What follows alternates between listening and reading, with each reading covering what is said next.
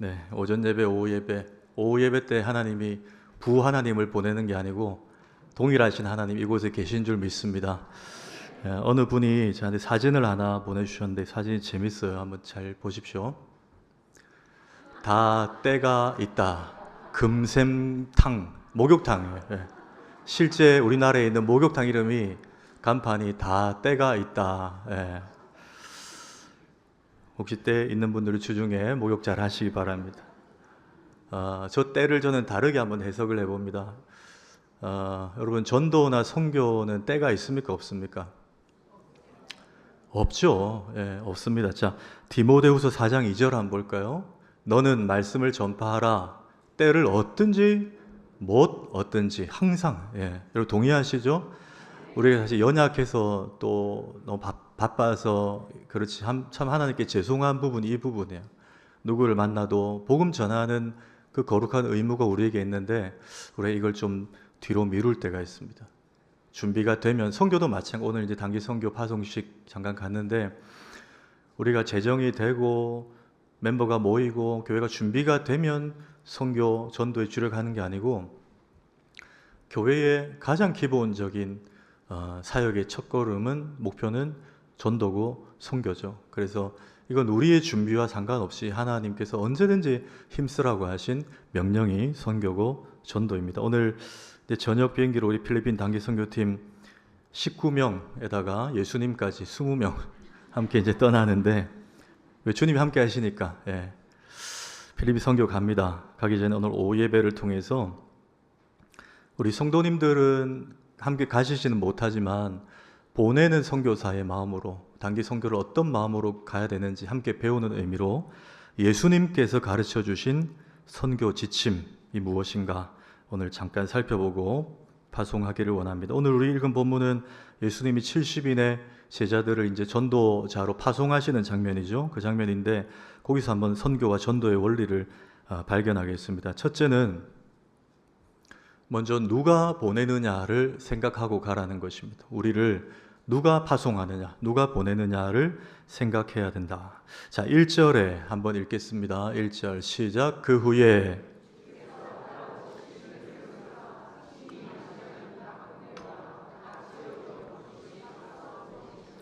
네, 굵은 글씨만 보십시오. 주께서 보내시며 그랬습니다. 주님이 전도자들을 보내셨다 그랬습니다. 그리고 성경 퀴즈를 한번 내겠습니다. 우리 추수감사절 때 이번에 성경 퀴즈를 한번 할까 지금 기도하고 고민 중에 있는데 기독교 역사에 가장 선교사를 제일 먼저 파송한 교회가 어디입니까? 방금 답 나온 것 같은데요. 사도행전에 안디옥 교회죠. 안디옥 교회입니다. 누구를 파송했죠? 바나바와 바울입니다. 그렇죠. 바울의 원래 이름 사울로 기록되어 있는데 사울과 바나바입니다. 그 장면 한번 볼까요? 사도행전 13장 2, 3절 한번 읽습니다. 시작. 주를 섬겨 금식할 때에 성령이 이르시되 내가 불러 시키는 일을 위하여 바나바와 사울을 따로 세우라 하시니 이에 금식하며 기도하고 두 사람에게 안수하여 보내니라. 여러분 잘 보십시오. 이 바나바와 사울, 바울을 누가 보냈습니까? 안디옥 교회가 보냈다고 말하지 않아요. 성령 하나님이 보내신 거예요. 여러분 믿습니까? 성령님이 보내셨어요. 우리 교단으로 치면 고신총회 선교부에서 행정적인 절차로 파송하는 건 맞지만 근원적인 파송자는 하나님이십니다. 모든 선교사들을, 모든 전도자들을 보낸 게 하나님이 보내셨다는 거예요. 자, 이게 왜 중요한가 하면 여러분 그 사람을 누가 보내느냐에 따라 그 사람이 갖고 가는 권위가 달라지는 거예요. 쉬운 예로 대통령이 다른 나라에 자기가 직접 못 갈 때 특사를 파견하지 않습니까? 뭐 장관이나 아니면 전문 공직자 중에 한 사람을 보내기도 하죠. 그럼 그 특사는 누구의 권한을 위임받아 가는 거예요? 대통령 특사니까 대통령의 권한을 위임받아 가는 겁니다. 뭐 친서, 여러 가지 문서, 또 뭐 서로 조율할 것들 가지고 가는 것. 대통령의 권위가 그 특사에게 주어져 있는 것입니다. 그래서 그 나라에서는 대통령이 우리나라에 방문하는 것과 똑같은 의전을 외교적으로 하는 것이죠. 왜? 대통령이 보낸 사람이니까. 여러분, 우리 오늘 가는 단기 선교팀 19명은 누가 보내는 겁니까? 부민교회가 보내는 겁니까? 영락교회가 보내는 겁니까? 하나님이 보내는 거예요. 믿으시기 바랍니다. 하나님의 권위가 여러분 어깨에 있습니다. 그러니까 여러분들은 부담도 가져야 되지만 당당하셔야 돼요. 내가 가서 영어도 안 되는데 짧은 영어로 복음을 전했는데 애 반응이 시큰둥하다, 미안하다 그러고 위축되면 안 됩니다. 왜? 하나님의 복음의 능력이 우리 어깨에 짊어져 있기 때문에 그렇습니다. 하나님의 권위로 하나님이 보내신다는 거예요. 자, 뒤에 16절 한번 볼까요? 오늘 16절 읽습니다. 시작. 너희 말을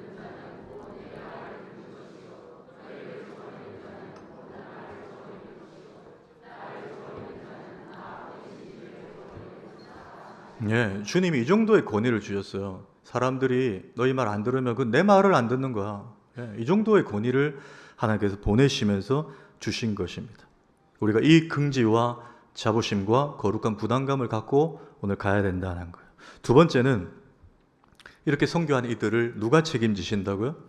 하나님이 구체적으로 하면 이들의 쓸 것과 재정과 물품과 모든 여건과 환경을 하나님이 책임지신다. 자, 4절에 한번 보십시오. 4절에 전대나 배낭이나 신발을 가지지 말며 길에서 아무에게도 무난하지 말며 그랬습니다. 앞부분에 전대나 배낭이나 신발을 가지지 말라 그랬습니다. 이것은 신발 신지 말고 배낭도 없이 그냥 벌거벗어 아주 뭐 노숙인처럼 가라 그게 아니고 한 가지 이상 너무 그걸 다양하게 뭐 필요 이상으로 준비하지 말라는 거예요. 너무 물품, 너무 그 가시적인 조건에 집착하지 말라는 말씀입니다. 왜 그럴까요? 우리는 복음 전하고 선교하는 데 집중하면 다른 것들은 하나님이 다 채워주신다. 그 뜻이 여기에 담겨 있습니다. 여러분 믿으십니까? 지난주에 우리 일부 예배 후부터 1시 반 정도까지 후원 행사 했잖아요. 이번에 특별히 여름이라서 요즘 너무 덥죠. 너무 더운데 저는 필리핀이 더 시원하지 않겠나 기대하면서 지금 그러고 있는데 너무 덥습니다. 아이스크림을 우리 팀들이 준비를 했는데 참 반응이 좋았다고 들었습니다. 저는 제가 우리 부민교회에 이렇게 있으면서 이런 귀한 행사들을 할 때마다 느끼는 게 우리 부민교회가 참 저력이 있다라는 생각을 하게 됩니다. 감동을 받게 돼요. 우리 참 선배 늘 여기 거쳐갔던 목사님들과 또 우리 선배 어르신들 신앙의 선배들의 눈물과 땀이 여기 참 배어 있어서 그런 게 아닌가. 왜냐하면 교회가 사역도 많고 헌금도 많고 해야 할 일도 많고 그러다 보면 성도님들이 부담을 가질 수도 있거든요. 뭐 시간적인 거야. 내가 시간 안 되면 못 할 수 있지만 이렇게 재정적으로 후원이 필요한 사역들은 또 안 할 수 없는 그런 거룩한 부담이 있잖아요. 근데 제가 소식을 들어보니까 정말 역대급으로 많은 그런 그 재정의 후원이 사랑과 관심으로 이번에 있었다. 그렇게 들었습니다. 우리 성도님들이 점잖게 다 계시다가 이게 비전이 있다. 이거는 하나님 뜻이다. 이거는 내가 헌신해야 되겠다 싶으면 마음만 여시는 게 아니고 지갑도 여시더라는 거예요. 예. 유명한 신학자 그랬죠. 지갑이 회개야 진짜 회개라고. 그만큼 마음만 여는 게 아니고 진짜 사랑과 정성으로 우리 뭐 작년에도 비전 트립 가고 갔지만 갈 때마다 이렇게 참 사랑을 베푸시는 걸 보아서 저는 그 지갑을 누가 열게 하셨냐 곰곰이 생각해 봤습니다. 성령의 감동으로 된 줄 믿습니다. 예. 이게 여러분의 돈이 있고 없고의 문제가 아니에요. 예. 하나님께서 이건 하나님 일이다 싶으면 우리 성도들 마음을 열어주시는 것 같아요. 그래서 아낌없이 지원하고 또 이렇게 후원을 해주시는 거예요. 근데 사실 오늘 가는 선교팀뿐 아니라 여러분 우리 부민교회 주일 예배를 잘 보십시오. 마지막에 제가 축도하기 전에 뭘 꼭 하죠? 오늘 제가 다른 교회에서 설교하는 것 같은데 뭘 합니까? 파송 찬양을 하죠. 그날 메시지에 맞게 이제 파송 찬양을 늘 고민에 준비해서 하는데 여러분 파송 찬양의 의미가 뭐죠? 예배가 마친다는 의미입니까? 전혀 그렇지 않습니다. 또 다른 예배의 시작이에요. 그렇죠? 엿새 동안의 삶의 예배의 시작을 알리는 찬양이 파송 찬양입니다. 그런 의미에서 우리 성도님들은 다 선교사들입니다.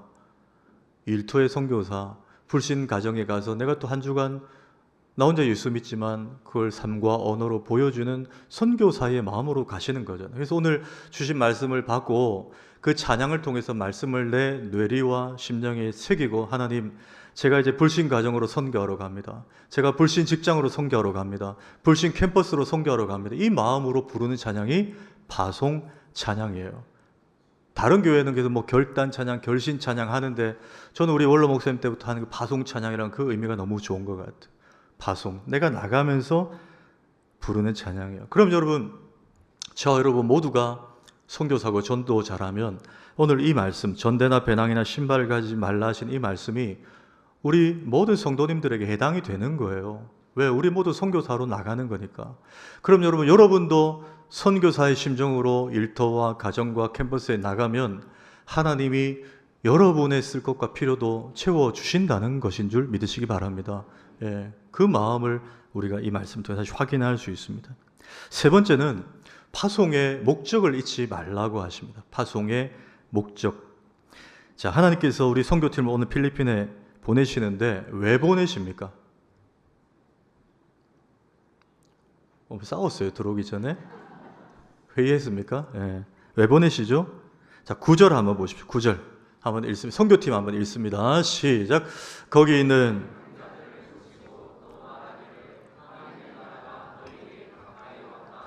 네. 왜 보낸다고요? 뒤에 하나님의 나라를 전하라고, 그렇죠? 이거 말하라는 거예요. 복음을 증거하라고 선교팀을 파송하는 것입니다. 복음 전하기 제일 주 임무다, 그거예요. 근데 이 복음을 전함에 있어서 예수님께서 아주 짧게 세 가지 구체적인 지침을 알려주시는데 그것만 살펴보고 마치겠습니다. 자, 작은 1번. 둘씩 짝을 지어 보냈다는 점입니다. 둘씩 짝을 지어 보냈다. 자, 1절 다시 한번 보실까요? 1절에 마지막에 뭐라 되어 있죠? 각 동네와 각 지역으로 둘씩 앞서 보내시며, 예, 둘씩 2인 1조로 보내셨다는 거예요. 여러분, 왜 예수님께서 둘씩 보내셨을까요? 물론 당시 팔레스타인 땅이나 사마리아 땅 근교에는 그 위험한 강도들도 있었죠. 물론 안전 문제도 있었을 거예요. 근데 더 중요한 영적인 의미는, 여러분 전도해 보셨습니까? 해보셨죠? 1대1로 전도하는 게 쉽지가 않습니다. 예, 정말 어려워요.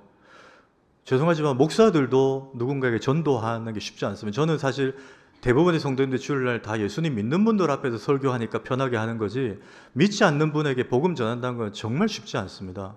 근데 그걸 혼자 전하다 보면 분명히 막힐 때가 있고 실족할 때가 있어요. 전도하는 분도 상처가 될 때가 있어요. 너무 완강하게 나오고 마음의 벽을 딱 치고 들으면 이게 안 통할 때가 있죠. 혼자 하면 뭐 할 수 있다고요? 실족하고 낙심하고 지칠 수 있습니다. 그래서 한 사람을 더 붙여주시는 거예요. 한 팀으로 일하는 거예요. 여러분, 하나님께서 우리 출애굽기 시리즈 배웠죠. 모세를 혼자 보냈습니까? 아니요. 형 아론을 붙여줬습니다. 아론은 말을 잘했거든요. 그 2인 1조로 보내신 거예요. 또 이런 의미도 있습니다. 한 사람이 전도하다 보면 다른 한 사람이 뭐 해야 되죠? 보고 있는 게 아닙니다. 보면서 마음으로 중보하라는 거예요. 이 전도를 도우라는 거예요. 또 한 사람이 막히면 다른 사람이 또 그 길을 뚫는 것입니다. 서로 이렇게 협력하는 거예요. 그걸 강조하기 위해서 둘씩 이렇게 보내셨던 것입니다. 혼자 하지 말고 팀으로 하라는 거예요. 자, 두 번째는 주님이 우리를 일꾼이라 하셨는데 추수할 일꾼이라고 하셨다라는 점입니다. 자, 2절 한번 볼까요? 읽습니다. 시작. 이르시되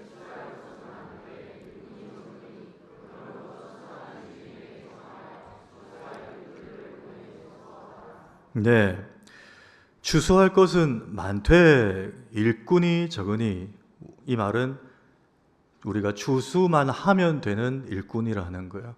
여러분, 우리가 왜 전도를 어렵다 생각하냐면 내가 이 사람을 내 말로, 내가 아는 성경 지식과 복음의 원리로 설득하려고 하는 성향이 우리에게 있기 때문에 그렇습니다. 저도 그럴 때가 있어요. 그래서 막 못 알아듣고 이러면 답답하네 이러고 뭐 좀 이럴 때가 있잖아요. 막 논증을 하려고 해요. 그렇죠? 막 창세기부터 얘기했다, 계시록 얘기했다가 이러다 보면 선교가, 전도가 이제 꼬이기 시작하는 거예요. 그런데 여러분, 우리가 전도를 할 때 가장 중요하게 가져야 되는 믿음은 이 사람은 내가 변화시킬 수 없다라는 거예요. 이 사람의 영적인 심령의 변화의 작업을 사전적으로 다 해놓고 계신 분이 누구라는 거예요. 하나님입니다. 다시 말하면 저 표현대로 말하면 농사는 누가 지어 놓는다는 거예요. 하나님이 다 지어 놓으셨다는 거예요. 우리는 추수만 하면 된다는 거예요. 순종만 하면 됩니다. 복음을 선포하면 됩니다. 다른 거 뭐 철학, 문학, 이성, 뭐 인문학 이런 거 막 해가지고 전도를 말을 잘해야지 그 사람 변하는 게 아니고 여러분 바울처럼 그렇게 해가지고 아덴에 가서 철학자들과 붙었다가 실패하잖아요. 그러면서 고린도전서 2장에 뭐라고 하면 내가 이제 그리스도의 십자가와 부활 외에는 아무것도 증거하지 아니하기로 작정했노라. 여러분 복음만 전하면 하나님이 그 사람 변화시키는 것을 하나님이 하신다는 거예요. 그래서 가는 겁니다. 가서 우리가 언어도 약하고 여러 가지 약하지만 가서 전하는 거예요.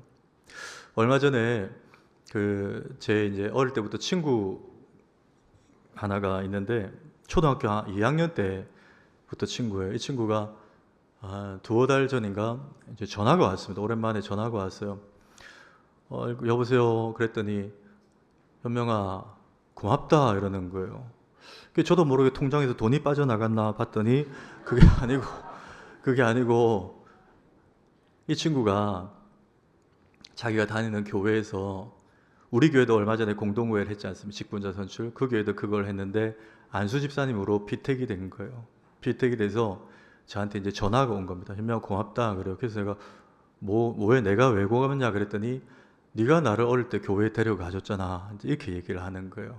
저 두실에 가면 이삭교회라고 있거든요. 거기 이제 안수 집사님이 된 거예요. 또 자랑하더라고요. 자기가 표 제일 많이 받았다고. 그래서 제가 하나님 교만하면 치신다고 그랬습니다. 예. 근데 사실 제가 그 친구와 추억을 생각해 보면 제가 별로 한 게 없어요. 초등학교 2학년 때 어느 날 우리 동네 사니까 그냥 친구가 됐어요. 그때 이제 자전거가 있었거든요. 둘이 자전거를 탔어요. 자전거 매일 만나 탔어요. 타다가 그냥 주일 돼서 야 그때는 뭐 스마트폰이 없었잖아요. 그냥 교회 갈래? 여러분 기억하시겠지만 제가 어릴 때만 해도 주일날 오후에 큰 복 하나 들고요. 고민형 탈 쓰고 부장집사님 고민형 탈 쓰고 이러고 다니면 애들이 교회로 몰려오던 때입니다. 여러분 기억나시죠? 그럴 때 교회 갈래? 그때부터 얘는 한 번 나빠지고 주일날 오게 됐는데 하나님이 복음으로 양육을 하셔서 이제 한 교회에 귀한 안수 집사님으로 세우시더라는 거예요. 그럼 제가 한 일은 뭐죠? 열심히 자전거 타고 교회 갈래? 이거밖에 없어요. 사실 하나님이 그를 자라게 하시더라는 것입니다. 여러분 이거 믿으셔야 돼요. 심령의 변화는 내가 하는 게 아닙니다. 우리는 순종하면 추수하러 나가면 하나님이 다 사전 작업을 해놓는다는 거예요. 마지막 세 번째, 길에서 아무에게도 무난하지 말라고 하셨다는 거예요. 아무에게도 무난하지 말. 4절에 마지막에 이렇게 돼 있죠. 전대나 배낭이나 신발을 가지지 말며 길에서 아무에게도 무난하지 말며 그랬습니다. 자, 길에서 아무에게도 인사하지 말라는 거죠. 무난 인사니. 근데 제가 여러분 기억나시죠? 얼마 전에 출애굽기 시리즈 할 때 이드로가 찾아왔잖아요. 가족들 데리고 모세를. 그때 제일 첫 번째 메시지가 뭐였어요? 성도의 무난, 교제. 교회는 성도가 무난하고 교제하는 곳이다 그랬습니다. 근데 지금 오늘 말씀은 예수님이 선교하러 가는 사람들을 전도할 때는 무난 인사도 하지 말라고 했어요. 이거는 어찌 보면 오해할 수 있어요. 예의 없는 그리스도인이 될 수도 있는데 이런 마음이 들 수 있습니다. 그런데 그 말씀이 아니에요. 이 말씀은 당시의 유대인들의 정서와 문화를 좀 이해를 해야 됩니다. 자, 이들의 인사는요, 유대인들의 인사는 굉장히 길었습니다. 여러분 우리나라는 인사를 하면 어느 정도 하죠? 길에 가다가 아는 분 만났어요. 아이가 어른을 만났어요. 장로님 만났어요. 장로님 안녕하세요. 어디 가노? 예, 어디 갑니다. 이러고 끝이잖아요. 그렇죠? 뭐 조금 더 친밀한 관계, 손 정도 잡고 악수하고, 그래 잘 지냈냐고, 어디 가노? 뭐 때가 차서 목욕하러 간다. 뭐 이러겠죠? 어디 가노? 그래 뭐 이 정도 인사하고, 그 다음에 밥이나 한번 먹자. 그래놓고 절대 밥 안 먹고, 이게 우리 아닙니까? 밥 먹자 말 우리 너무 자주 하잖아요. 예. 근데 이 히브리인들은 이 정도의 인사를 문안으로 생각하지 않아요. 제가 오늘 책에 보니까 적어도 10분 이상 인사했다. 그러니까 만나면 아버지 잘 계시나, 어머니 잘 계시나, 사촌은 잘 있나, 육촌은 잘 있나, 오촌은 잘 있나 이런 식으로 모든 전반적을 다 물어보고 집에 강아지까지 물어보는 어쩌면 그 정도로 디테일한 대화가 오고 가야 문안이라고 한다는 거예요. 그래서 자, 예수님이 지금 이렇게 문안 인사도 하지 말라는 것은 그 정도의 시간을 허비하지 말라는 거예요. 왜? 선교가 목적이니까, 복음이 목적이니까 그거 하지 말라는 거예요. 다시 말하면 복음 전파의 절박성, 긴급성을 강조하신 겁니다. 여러분 그렇잖아요. 내가 혹시 게으름 피고 내가 나태해가지고 지금 당장 복음 전하러 가야 되는데 그걸 하지 않아서 한 영혼이 예수 믿지 못하고 세상을 달리할 수도 있지 않습니까? 얼마 전에 송경빈 목사님 그 찬양 집회 간증할 때 그런 말 했잖아요. 자기 교회, 자기 성가대 지휘할 때 그 교회 한 권사님이 주일날 안녕히 가서 인사했는데 그 다음 주일날 못 봤다고요. 그런 일들이 있을 수 있잖아요. 그래서 우리는 다른 거 다 가지치기 하고 복음 전하는 데에 시간과 에너지를 쓰는 것이 선교팀이 할 일이고 전도자들이 할 일이다. 그걸 강조하신 것입니다. 우리 이번에 우리 필리핀 선교팀 가서 복음을 후회 없이 많이 전할 수 있기를 축복합니다.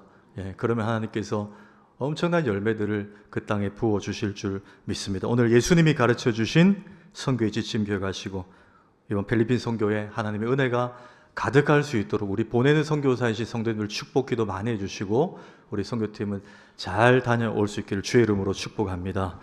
기도하겠습니다. 하나님, 우리 필리핀 선교팀 오늘 파송식을 하고 오늘 저녁에 이제 5일간의 선교 일정을 가게 됩니다. 태풍 개미가 다녀간 지역에 가서 많이 수고하게 될 것 같습니다. 하나님 안위를 지켜주시고 오늘 주신 말씀처럼 어떻게든 어느 형태로든 복음 전하는 데 집중하고 돌아올 수 있도록 주님 팀 위에 은혜를 더하여 주시옵소서. 예수님의 이름으로 기도하옵나이다. 아멘.